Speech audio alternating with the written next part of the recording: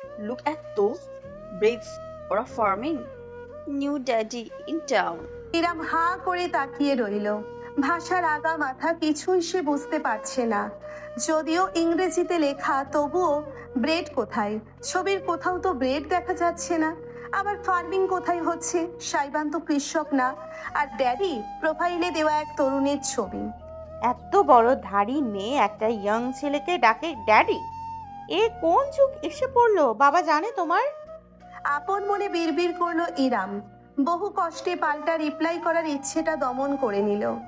ছবিটার দিকে চেয়ে ভ্রুকুটি করলো সে। এমন একটি ব্যক্তিগত ছবি পাবলিকলি দেওয়ার কি আছে? বিষয়টি যদিও তেমন কিছু নয়, তবে ইরামের কেন রাগ হচ্ছে সে বুঝতে পারছে না। ঠাস করে ল্যাপটপটা বন্ধ করে বসে রইল সে চুপচাপ। কিছুক্ষণ বাদেই নাস্তার টেবিল ভরে উঠল। সামিয়া, সারিকা এবং আহমেদ সকলে এসে বসলেন। সামিয়া সারিকা দুজনেই রেডি।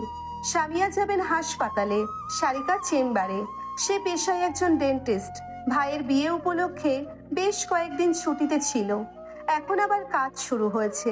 সুগন্ধা আজ নাস্তা বেড়ে দিচ্ছে। ইরামকে পুরো দস্তুর বাইরের পোশাকে তৈরি দেখে সামিয়া শুধালেন, কোনো প্ল্যান আছে? ইরাম মাথা দোলালো। জি, কম্পিউটার কোর্সে ভর্তি হব। ওয়াও, বেশ ভালো আইডিয়া। সামিয়া প্রশংসা করলেন। সকলেই রাস্তায় ব্যস্ত।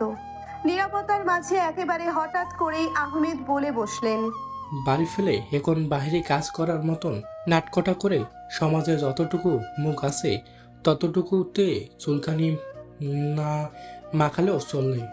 পাউরুটি ছিঁড়ে মুখে তুলতে তুলতেও থমকে গেল ইরাম। হতভম্ব হয়ে চেয়ে রইল শ্বশুরের দিকে। আহমেদ নির্বিকার। সামিয়া রীতিমতো হাহাকার করে উঠলেন। মানে কি অহমদ? ভদ্র ভাষায় কথা বলো। বাড়ির মেয়ে কোনো কাজ করতে পারবে না? তুমি কি আদিম যুগের মানুষ? মেয়ে তো নয়, অনাকাঙ্ক্ষিত বউ। তো আমিও তো বাইরে কাজ করি, হাসপাতালে রাত কাটাই। তুমি তো কোনোদিন আমাকে এমন কথা বলনি। আহমেদ বুঝি এক টুকরো তাচ্ছিল্যের হাসি হাসলেন। ও তো আর ডাক্তার নয়, মেয়ে মানুষ ডাক্তার হলে আলহামদুলিল্লাহ, বাকি সব নাউজিবিল্লাহ। সত্যটা যত জটিল মাথায় ঢুকবে ততই মঙ্গল তোমাদের। রাস্তা ধরে গাড়ি এগিয়ে যাচ্ছে। ড্রাইভারের পাশের সিটে বসে আছে সুগন্ধা, পেছনের সিটে ইরাম, তার কোলে ইজান চুপটি করে বসে নিজের হাতে ধরা একটা ছোট্ট খেলনা দিয়ে খেলছে।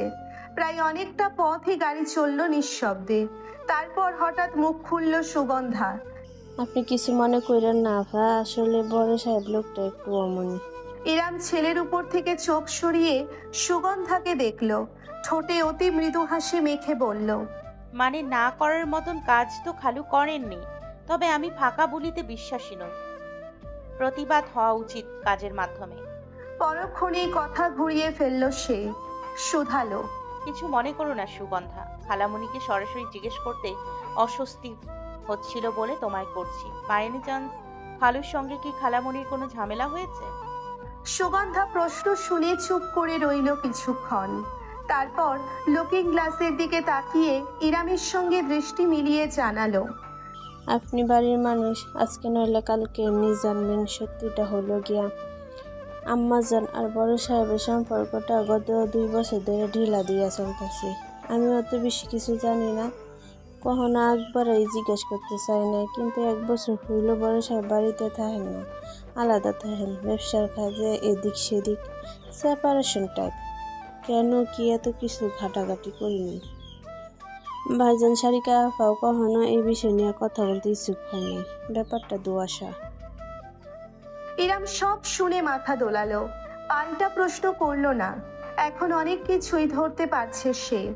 সাইবানের বিয়েতে আহমেদের অনুপস্থিতির কারণ, হঠাৎ তার বাড়িতে ফেরা আর ফিরেই শত্রু মনোভাবাপন্ন আচরণ করা। আহমেদ উদ্দিন আর সামিয়া মুন্সির সম্পর্কটা জোড়াতালি দিয়ে চলছে। ভেতরে অনেক অজানা কাহিনী এবং কিন্তু থেকে গিয়েছে।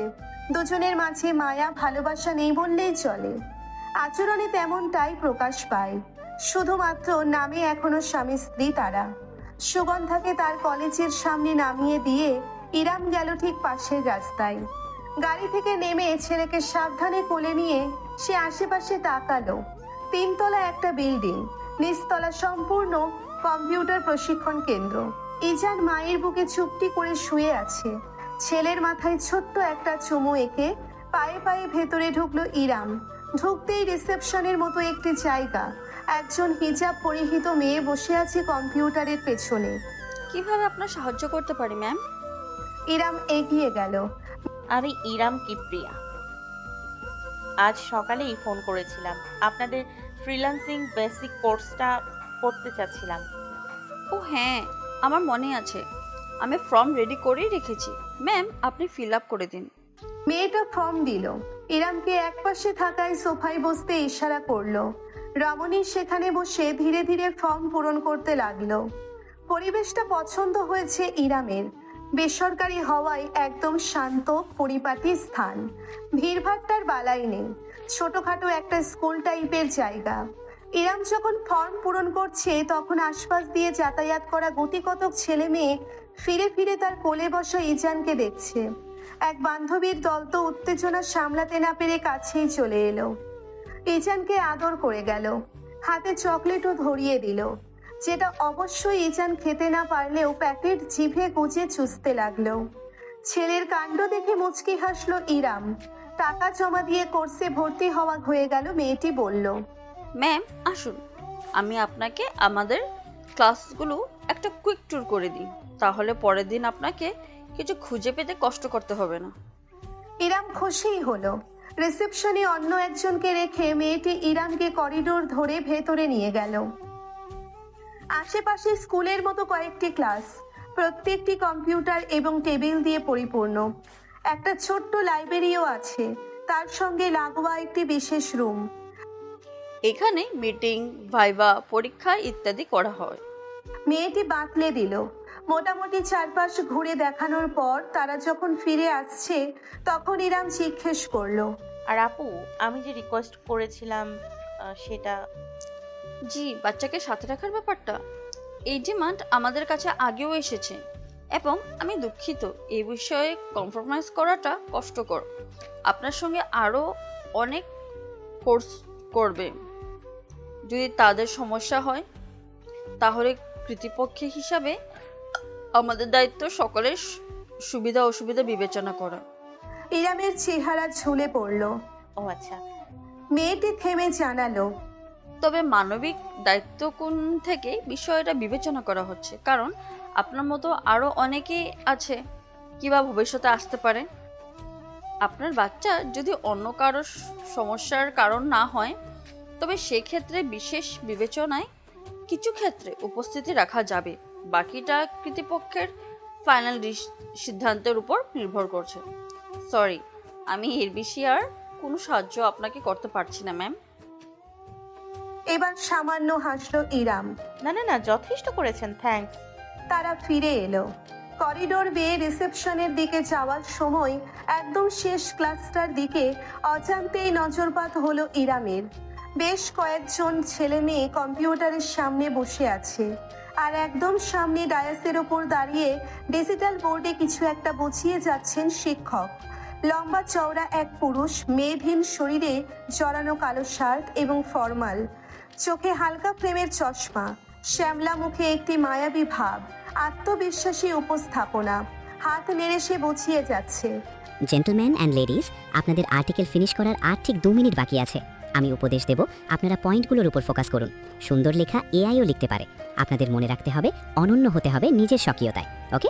ইরাম থেমে দাঁড়িয়ে খানিকটা সময় নিয়ে দেখল। ক্ষণিকের জন্যে মনে হলো এই লোকটাকে সে আগেও কোথাও দেখেছে, কিন্তু কোথায় ঠিক মনে করতে পারল না। তাকে এভাবে তাকিয়ে থাকতে দেখে মেয়েটি পাশ থেকে ঝুঁকে জানালো, উনি আমাদের সবথেকে জনপ্রিয় গুণী ট্রেনার কায়সার রুশদি। ওনার ইউটিউব চ্যানেলে 1 মিলিয়ন সাবস্ক্রাইবার। সেখানে উনি প্রোগ্রামিং, কম্পিউটার সম্পর্কীয় টিউটোরিয়াল ভিডিও দেন। রুশদি? হ্যাঁ, এবার নিশ্চিত সে শোনা শোনা লাগছে। তবে হুট করে কিছুতেই মনে পড়ল না ইরামের সত্যিকার স্মৃতিটুকু। সময় লাগবে। সে যখন দাঁড়িয়ে আছে তখন হঠাৎ করেই ক্লাসের ভেতরে থাকা কায়সান মাথা কাত করে তাকালো। ইরামের সঙ্গে চোখাচোখি হয়ে গেল তার। বিব্রত হয়ে পড়ল ইরাম, আর দাঁড়ালো না। দ্রুত উল্টো ঘুরে ছেলেকে নিয়ে হেঁটে চলে গেল। সে খেয়ালই করল না কাইসানের দৃষ্টি সে আড়াল হওয়া পর্যন্ত তাকে অনুসরণ করে গেল। ভর্তির কাজ শেষ হয়ে যাওয়ার পর ইরাম বাইরে চলে এলো। সুগন্ধার পরীক্ষা 40 মিনিটের ছিল, এতক্ষণে হয়ে যাওয়ার কথা। গাড়ি নিয়ে সে যখন সুগন্ধার কলেজ গেটের সামনে অপেক্ষা করছে তখন অদূরে একটা বাইকের উপস্থিতি লক্ষ্য করলো। তেমন চোখে পড়ার মতো কিছু নয়, ক্লাসিক লাল কালো হোন্ডা। সেখানে বসে কায়েস করে বাদাম চিবুচ্ছে একটা ছেলে, আর একটা ছেলে ঠিক পেছনেই দাঁড়িয়ে সিগারেট টানছে। ছেলে দুটোকে কিছুক্ষণ আগে কম্পিউটার প্রশিক্ষণ কেন্দ্রের সামনেও দাঁড়িয়ে থাকতে দেখেছিল ইরাম। শর্ট টাইম মেমোরি ভীষণ ভালো তার, লং টাইমে ভুলে গেলেও কাছাকাছি সময়ে ঘটা ঘটনা ভালোই মনে থাকে। বাইক চোখে লাগার মতো কিছু না, আশেপাশের কালো সবুজ আরো কিছু বাইক আছে, তবে ইরামের কেন যেন মনে হচ্ছে সে যেখানে যেখানে যাচ্ছে এই বাইকটাও ঠিক সেখানেই যাচ্ছে। নাকি মনের ভুল, দুটো জায়গায় কাকতালীয়ভাবে হয়তো চলে গিয়েছে তারা দুজনেই। তাতেই কি সন্দেহজনক হয়ে গেল? সুগন্ধা চলে আসায় বিষয়টা নিয়ে আর ভাবার সুযোগ হলো না তার। বাড়ির দিকে যাওয়ার সময় বাইকটা ওখানেই থেকে গেল। অনুসরণ করলো না বিধায় ইরাম নিশ্চিত হলো সেই বেশি সন্দেহ করছিল। রাত প্রায় 2টা, সাইবানের শো এখন তুঙ্গে। সময় যত বাড়ে তার সঙ্গে পাল্লা দিয়ে বাঁধন হারা হয় মানুষের আত্মা। লাল নীল বাতির ঝলমলে আলোর নিচে কন্ট্রোল প্যানেলে ঝুঁকে বিট ঠিক করছে সাইবান। এক হাতে হেডফোন ধরা কানের কাছে, শরীর দুলে যাচ্ছে তার মিউজিকের সাথে সাথে। ডান্স ফ্লোরে তরুণ তরুণী উচ্ছ্বাসে মত্ত। এদের দেখলে মনে হয় না জীবন নিয়ে বিন্দুমাত্র দুশ্চিন্তা আছে কারো। বেশ কত রমণী তো নাচতে নাচতে একেবারে সাইবানের কাছে ঘেঁষে এলো।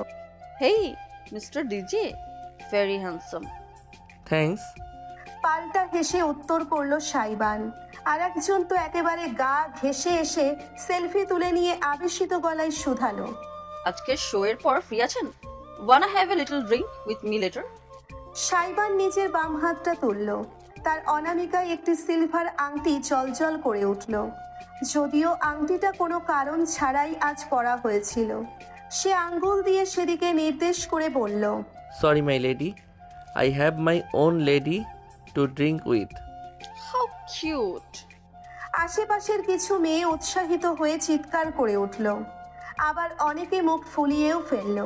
সাইবান অবশ্য কারো দিকেই মনোযোগ দিল না। সে মাইক্রোফোনে চেঁচিয়ে উঠল। Let's go. তীব্র বিটে কেঁপে কেঁপে উঠতে লাগলো চারিপাশ।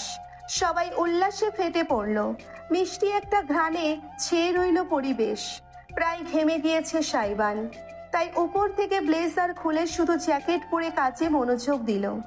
কপালে চুলের গোছা লেপ্টে আছে তার, চিকচিক করছে আইব্রো পিয়ার্সিং। সকলে যখন মিউজিকের সঙ্গে প্রায় উন্মত্ত হয়ে উঠেছে তখনই একেবারে হঠাৎ করে গুঞ্জনের শব্দ ছেয়ে গেল চারপাশে। প্রথমটাই কেউই বুঝতে পারল না কি হয়েছে। ডান্স ফ্লোরের মাঝখান বরাবর একটি ছেলে আরেকটি ছেলের উপর চড়াও হয়েছে, নিচে ফেলে ঘুষি মারছে। আধারি খেলায় বিষয়টা স্পষ্ট নয়। সাইবান ভ্রু কুঁচকে তাকালো, মিউজিকের ভলিউম কমিয়ে এনে হাত তুলে টিমকে ইশারা করলো। লাল নীল ডিস্কো লাইট নিভিয়ে উজ্জ্বল বাতি জ্বলে উঠল মুহূর্তেই। সবাই ছড়িয়ে ছিটিয়ে গেল। মারামারি হচ্ছে দুজন ছেলের মাঝে। সাইবান একটি দীর্ঘশ্বাস ফেলল। নতুন কিছু নয়, অ্যালকোহলের প্রভাবে হারহামেশাই শোয়ের মাঝে এমন উদ্ভট কাণ্ডের মোকাবেলা তাকে করতে হয়। তুই আমার ওয়ালেট নিয়েছিস? আরে আমার বাপকে চিনিস তুই? তোর মতো 14টা পিসকে কিনে ফেলতে পারবো অনায়াসে, আর আমি কিনা তোর ওয়ালেট নেব? ক্রেজি। তাহলে আমার ওয়ালেট কোথায়, চোর কোথাকার? সিকিউরিটি ভিড় ঠেলে এগোতে এগোতে সাইবান এগিয়ে গেল। একটা মেয়ের গায়ে মোক্ষম ধাক্কা লেগেছে দুজনের মারামারির কারণে।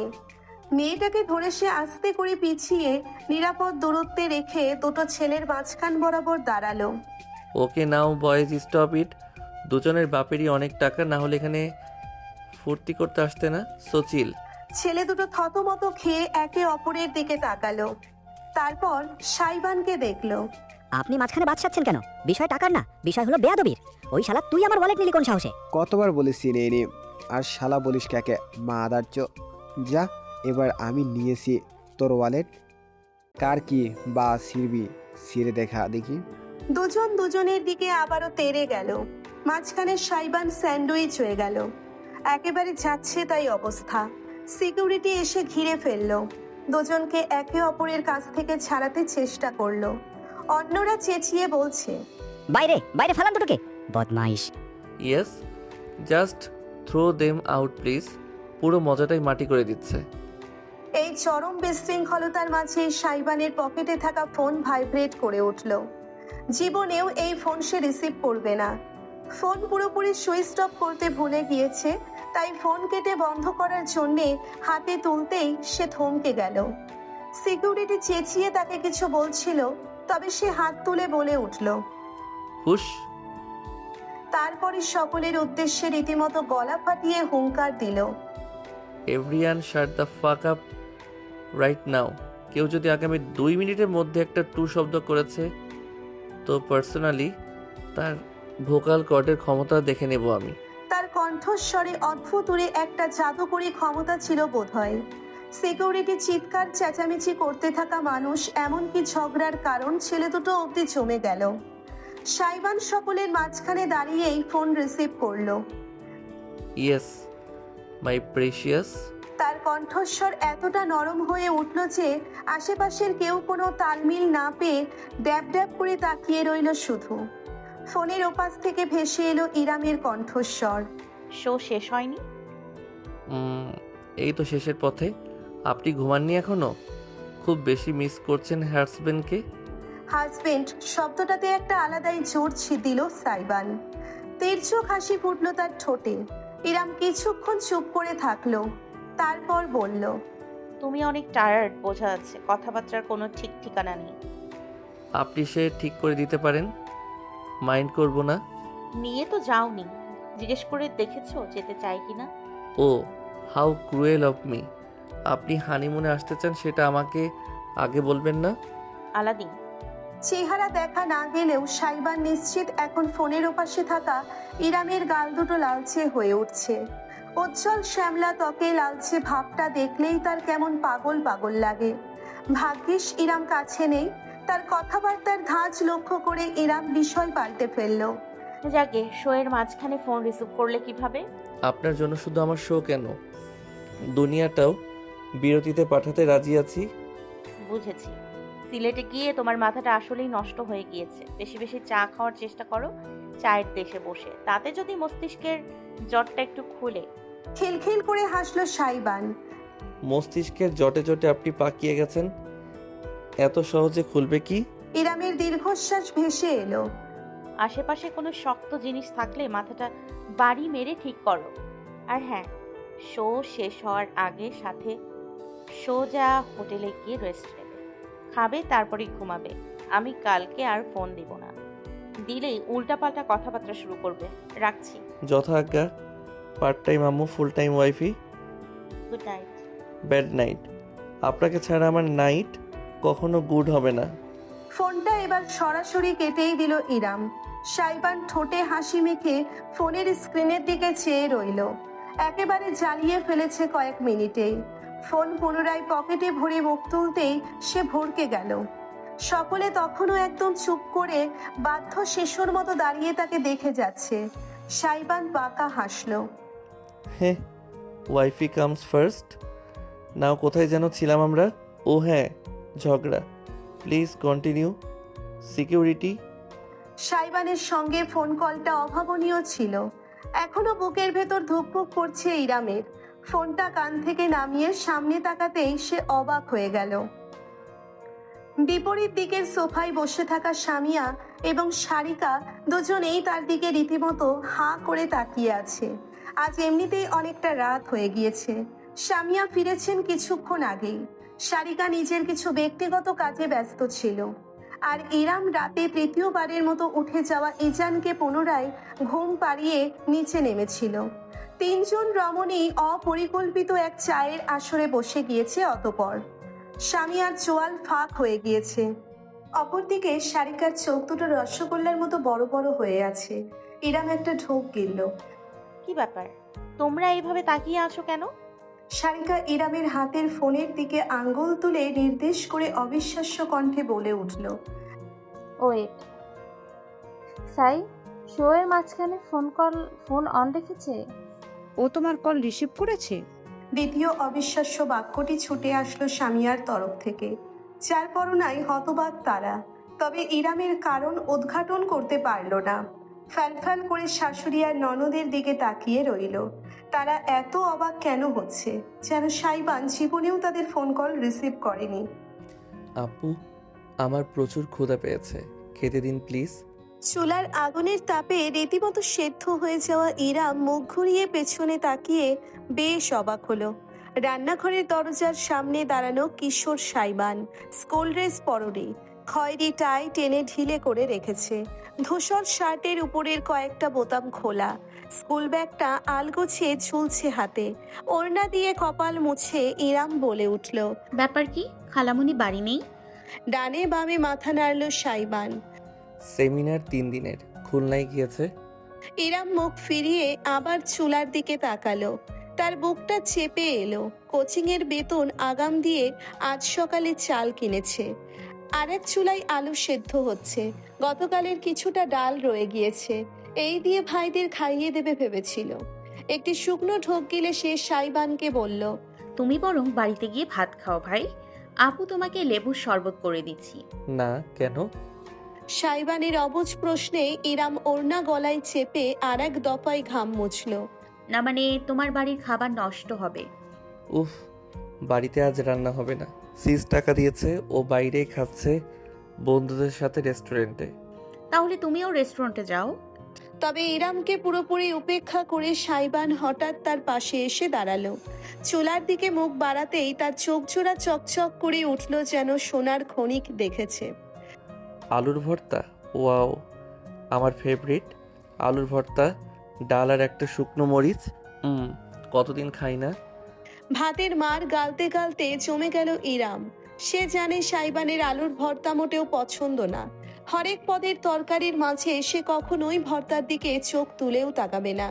ডালও খুব একটা খেতে দেখেনি কখনো। সে না চাইতেও ছেলেটার দিকে কিছুক্ষণ অপলক চেয়ে রইল। কত যেন বয়স হবে এখন ছেলেটার, 12-13। এর মধ্যে এত বোঝদার কবে হয়ে উঠল? ইরামকে নিষ্পলক চেয়ে থাকতে দেখে সাইবান মাথা কাত করে ডাকলো, আপু। চোখ পিটপিট করলো ইরাম। ভেজা ভেজা কিছু ঠেকলো চোখের কোণে। দ্রুত তা দূর করে ইরাম এবার ঠোঁটে মৃদু হাসি ফুটিয়ে বলল, ঠিক আছে, তুমি হাত মুখ ধুয়ে নাও, আমি খাবার দিচ্ছি। সাইবান হঠাৎ করে ইরামের কাছে এগিয়ে গেল। উচ্চতায় ছেলেটা তার কাঁধ সমান। কোনো কথা না বলে নিজের প্যান্টের পকেটে হাত ভরে সাইবান একটা টিস্যুর প্যাকেট বের করলো। সেখান থেকে টিস্যু বের করে হাত তুলল সে। দেখি দেখি। ইরামের কপাল ছুঁয়ে সে ধীরে ধীরে ঘামটুকু মুছে নিল। অতঃপর গলার দিকটাই চাপলো, অতি যত্ন নিয়ে বকবক করে বলল, এত গরম পড়ছে, নিজের যত্ন কেন নেন না আপু? আপনি অসুস্থ হয়ে পড়লে ভাইয়াদেরকে কে দেখবে? বুকের ভেতর ঝড় উঠল বুঝি ইরামের। বাবা চলে যাওয়ার পর শেষ কবে কেউ তাকে এভাবে আদর করেছে, তার জন্যে চিন্তা করেছে, তা মনে করতে পারল না সে। ঠিক কেউ করেনি, আর কোনোদিন করবে কি না সন্দেহ। ইরামের কি হলো বলতে পারবে না। সাইবানের হাতটা সে চেপে ধরল। মুচকি হেসে সেই হাত মুঠো করে ঝুঁকে তার আঙ্গুলের উপর আলতো করে নিজের ঠোঁট ছুঁয়ে জানালো, এই যে তুমি যেন আবার যত্ন নিতে পারো, তাই নিজের যত্ন নিচ্ছি না, বুঝেছো? এবার লক্ষ্মী ছেলের মতো গিয়ে টেবিলে বসে পড়ো তো, আপু খাবার নিয়ে আসছে। আর 2 তলায় রাহাত ভাইয়া আছে তোমার, ওকেও ডেকে দিও খেতে। সাইবান জলজলে নিষ্পাপ চোখ মেলে কয়েক পলক চেয়ে রইল ইরামের দিকে। অতঃপর তার ঠোঁটে বিস্তৃত একটা হাসি ফুটল, পবিত্রতম সুন্দরতম। এই যে যাচ্ছি, আপু আমাকে কিন্তু ডাল বেশি দেবেন। বলেই ব্যাগ ছুঁড়ে লিভিং রুমের সোফায় ফেলে সাইবান ধূপধাপ শব্দ করে সিঁড়ি বেয়ে উঠতে লাগলো। ঘুমের ঘোরে ইরাম স্বপ্ন দেখছিল নাকি স্মৃতির জগতে হারিয়ে গিয়েছিল অবচেতনভাবে বলতে পারবে না। চোখ দুটো অজান্তেই ভিজে উঠেছে তার। বদ্ধ পাপড়িতে চিকচিক করছে অশ্রুদানা। ঠিক এমন সময়েই ভাইব্রেশনের শব্দে ইরামের পাতলা ঘুম ভেঙে গেল। চোখ মেলে রীতিমতো লাফিয়ে উঠল সে। ভারী নিঃশ্বাস ফেলতে ফেলতে আশেপাশে তাকালো। ভোরের নরম আলো পর্দা গলে ছুঁয়ে পড়ছে ভেতরে। স্নিগ্ধ আবহাওয়া, বিছানায় ঠিক পাশেই শুয়ে আছে ইরামের কলিজার ধন। ঘুমে আচ্ছন্ন ইজান, ছোট্ট শরীরটা মায়ের বুক ঘেঁষে পড়ে আছে, নিঃশ্বাস প্রশ্বাসের সঙ্গে ওঠানামা করছে। কি মায়া, কি কোমল। ইরাম ছেলের দিকে চেয়েই রইল। একটা আঙ্গুলে ছুঁয়ে ছুঁয়ে দেখতে লাগলো তার ঠোঁট, কপাল, গাল। ছেলে তার মতোই হয়েছে অনেকটা। সৌভাগ্য তার। ছেলের মায়ায় বিভোর ইরামের অস্থির অন্তরটা ধীরে ধীরে শান্ত হয়ে এলো। ভাইব্রেশনের শব্দটা আবার হওয়ায় এবার মুখ ঘুরিয়ে নাইট স্ট্যান্ড থেকে নিজের ফোনটা হাতে তুলে নিল ইরাম। চোখ কচলে স্ক্রিনের দিকে তাকাতেই তার চক্ষু চড়ক গাছ হওয়ার দশা হলো। হোয়াটসঅ্যাপে মেসেজ এসেছে সাইবানের কাছ থেকে। নামটা ভেসে উঠতেই হঠাৎ করে ইরামের মাত্র অনুভব করা স্মৃতিটুকুর কথা মনে পড়ল। নিদারুণ নিষ্পাপ একটা চেহারা, তাতে খেলা করত জগতের সবটুকু মায়া, আবেগ, ভালোবাসা।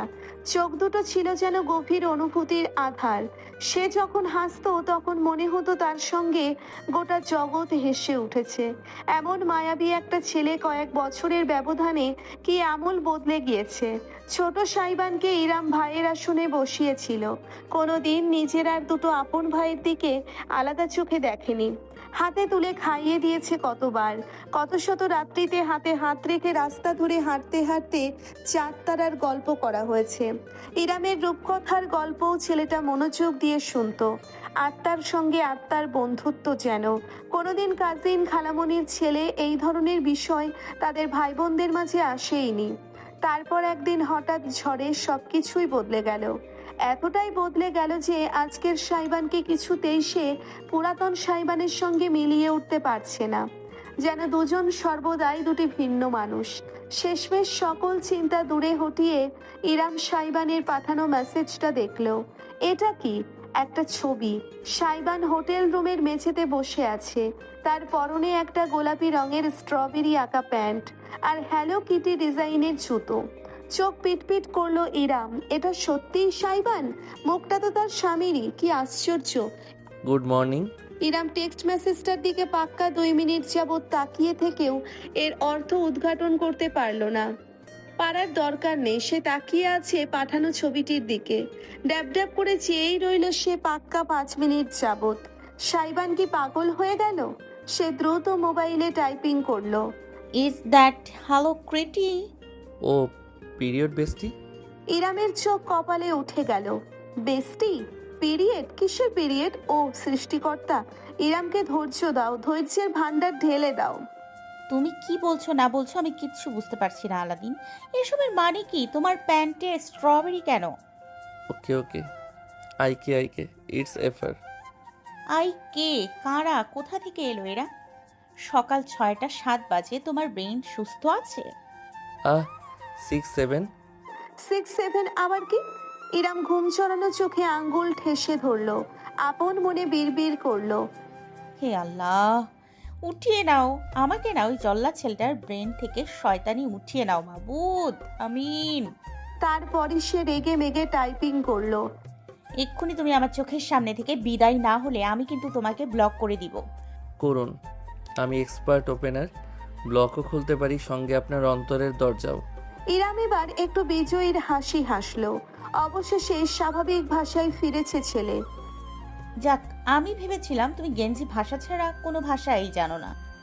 গেঞ্জি বলবেন না তো, অপমান লাগে।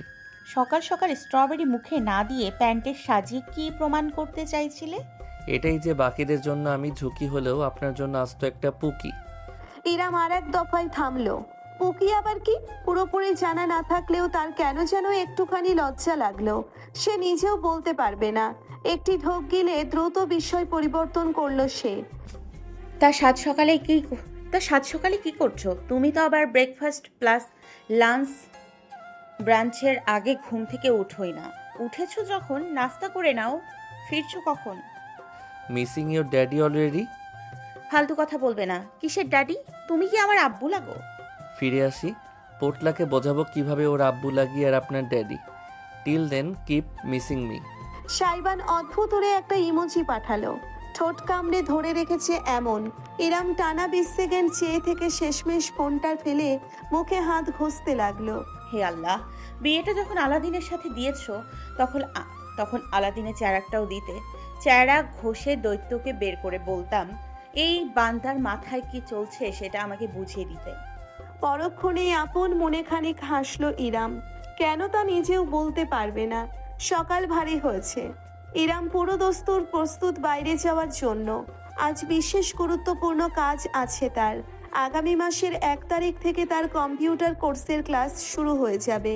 তার আগে কিছু প্রস্তুতি নেওয়া প্রয়োজন। সামিয়ার ল্যাপটপটা ঠিকঠাক চলে। ফ্রিল্যান্সিং আর অন্যান্য ভারী কাজের জন্য যথাযথ আপডেটেড না সেটি। তাই নিজের বিয়েতে পাওয়া দেনমোহরের টাকা দিয়ে ভালো দেখে একটা ল্যাপটপ কিনবে ইরাম। প্রথমে ব্যাংকে যেতে হবে টাকা তুলতে, তারপর ল্যাপটপের শোরুমে। ইজানকে একটা ধোলাত সুতির ফতুয়া আর প্যান্ট পরিয়ে নিয়ে মাথায় ছোট্ট একটা ক্যাপ দিল ইরাম। দেখতে বেশ লাগছে। ঝুঁকে ছেলের মুখে অসংখ্য চুমু আঁকতে আঁকতে সিঁড়ি বেয়ে নেমে এলো সে।